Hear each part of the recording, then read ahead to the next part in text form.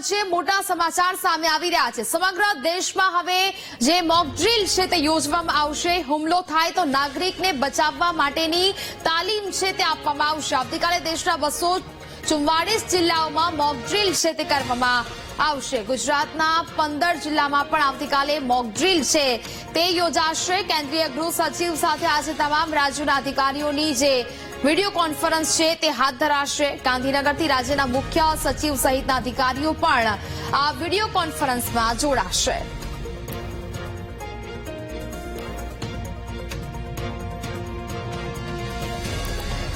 સંવાદદાતા મેહુલ દેસાઈ વધુ વિગતો સાથે જોડાયા છે। મેહુલ, પાકિસ્તાન સાથેના જે એક બાજુ તણાવ ચાલી રહ્યો છે તેમાં હવે સમગ્ર દેશમાં મોક ડ્રીલ છે તેનું આયોજન કરવામાં આવ્યું છે। વીડિયો કોન્ફરન્સના માધ્યમથી આયોજન થયું છે। શું વધુ વિગતો મળી રહી છે હાલ?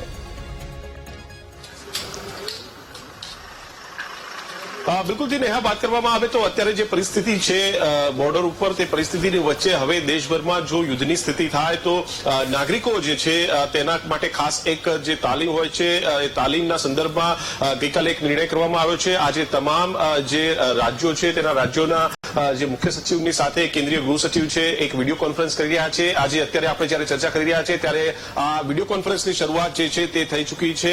ગુજરાતની જો વાત કરવામાં આવે તો મુખ્ય સચિવ જે છે પંકજ જોશી આ વિડીયો કોન્ફરન્સની અંદર જોડાશે। સિવિલ ડિફેન્સમાંથી જે મનોજ અગ્રવાલ છે તેઓ આ બેઠકની અંદર જોડાવાના છે અને સાથે અન્ય અધિકારીઓ છે તે પણ ઉપસ્થિત રહેવાના છે। ખાસ ગુજરાતની અંદર જો વાત કરવામાં આવે તો 15 જિલ્લાઓ જે છે કે જેની અંદર આ તાલીમનું આયોજન છે તે કરવામાં આવનાર છે।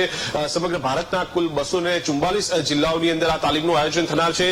વિડીયો કોન્ફરન્સના માધ્યમથી જે કેન્દ્રીય ગૃહ સચિવ છે તે તમામ રાજ્યોના મુખ્ય સચિવો અને સિવિલ ડિફેન્સના જે અધિકારીઓ છે તેમની સાથે સીધી ચર્ચા જે છે તે કરશે અને ખાસ જે આવતીકાલે આ મોક ડ્રીલ જે છે તે યોજાવાની છે તેના સંદર્ભમાં જે સૂચનાઓ કેન્દ્ર સરકાર તરફથી જે છે તે આપવામાં આવશે। ખાસ કયા પ્રકારની મોક ડ્રીલ રહેવાની છે અને આ મોક ડ્રીલમાં નાગરિકોને કઈ રીતે જોડી શકાય છે, આ તમામ બાબતો ઉપર મુખ્ય ચર્ચા જે છે તે થવાની છે અને જે સૂચનો કેન્દ્રીય ગૃહ સચિવના છે તમામ રાજ્યોને આપવામાં આવશે। મહત્વપૂર્ણ છે કે સરહદી જિલ્લાઓ જે છે અને સરહદી જિલ્લાઓથી નજીકના જે મહત્વના જિલ્લાઓ છે કે ત્યાં આ જે મોક ડ્રીલ છે તેનું સીધું આયોજન કરવામાં આવનાર છે। ઘણા વર્ષોથી આ પ્રકારે સિવિલ ડિફેન્સની તાલીમ જે છે તે આપવામાં આવતી રહી છે, પરંતુ આપત્તિની સ્થિતિમાં, ઇમરજન્સીની જે સ્થિતિ છે સ્થિતિની અંદર નાગરિકો અને ખાસ કરીને બચાવ કાર્ય સહિતની જે બાબતો છે તેના ઉપર ફોકસ રાખવામાં આવતું હોય છે। તો આ તમામ બાબતોને લઈને સમીક્ષા આ વિડીયો કોન્ફરન્સની અંદર કરવામાં આવશે। બિલકુલ મેહુલ, પરંતુ મહત્વનું છે કે ગુજરાતના 15 જિલ્લામાં પણ આ મોક ડ્રીલ છે તે આવતીકાલે યોજાવા જઈ રહી છે। હવે એવું કહી શકાય કે ભારત અને પાકિસ્તાન વચ્ચે જે તણાવપૂર્ણ સ્થિતિ છે તે સર્જાઈ રહી છે। લોકો પોતાની જાતને કેવી રીતે સુરક્ષિત રહે, સ્થળાંતર જો કરવાનું થાય તો કેવી રીતે રહે, આ તમામ વિગતો છે તે અહીંયા સમજાવવામાં આવી શકે।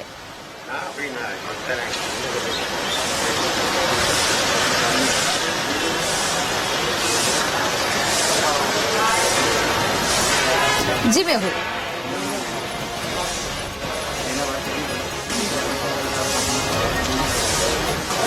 આ ખૂબ જ જે છે તે મહત્વની બેઠક છે, વિડીયો કોન્ફરન્સ છે। વિડીયો કોન્ફરન્સની અંદર આ તમામ બાબતો ઉપર સમીક્ષા જે છે તે કરવામાં આવશે। ગુજરાતની અંદર જો વાત કરીએ તો પંકજ જોશી જે મુખ્ય સચિવ છે તે જોડાવાના છે। સિવિલ ડિફેન્સમાંથી જે એડિશનલ ડીજી છે મનોજ અગ્રવાલ તેઓ જોડાવાના છે।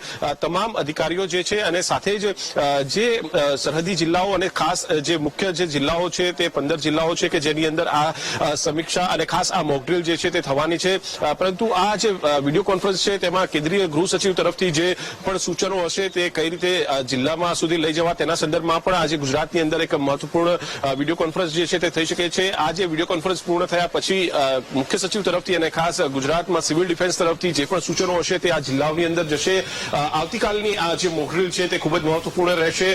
તમામ જે આ 15 જિલ્લાઓ છે તે 15 જિલ્લાઓના વહીવટીતંત્ર અને ખાસ સિવિલ ડિફેન્સ સાથે જોડાયેલા તમામ લોકો જે છે તેમને સીધી રીતે જોડવામાં આવશે। મહત્વપૂર્ણ છે કે કેન્દ્રીય રીતે જોવા જઈએ તો કેન્દ્રમાં પ્રધાનમંત્રી નરેન્દ્ર મોદી એક પછી એક મહત્વની બેઠકો જે ગઈકાલે કરી હતી અને ત્યારબાદ જે સિવિલ ડિફેન્સના સંદર્ભમાં પણ એક મહત્વપૂર્ણ બેઠક થઈ હતી અને આ સૂચન આપવામાં આવ્યું હતું કે ખાસ આ ઇમરજન્સી અને જે આપાતકાલીન જે સ્થિતિ હોય તો તેની અંદર નાગરિકો જે છે તેમનો રોલ કયા પ્રકારનો રહે છે, સિવિલ ડિફેન્સનો રોલ કયા પ્રકારનો રહે છે અને ત્યારબાદ તમામ જે રાજ્યોમાં જે મુખ્ય જે રાજ્યો છે કે જે સરહદ સાથે જોડાયેલા છે અને જિલ્લાઓ છે કે જે સીધે ટાર્ગેટ બની શકે છે અથવા તેવા જિલ્લાઓના સંદર્ભમાં આ તાલીમ ખૂબ જ જરૂરી હતી। નેહા। બિલકુલ મેહુલ, વિગતો સાથે જોડાયા તે બદલ આપનો આભાર.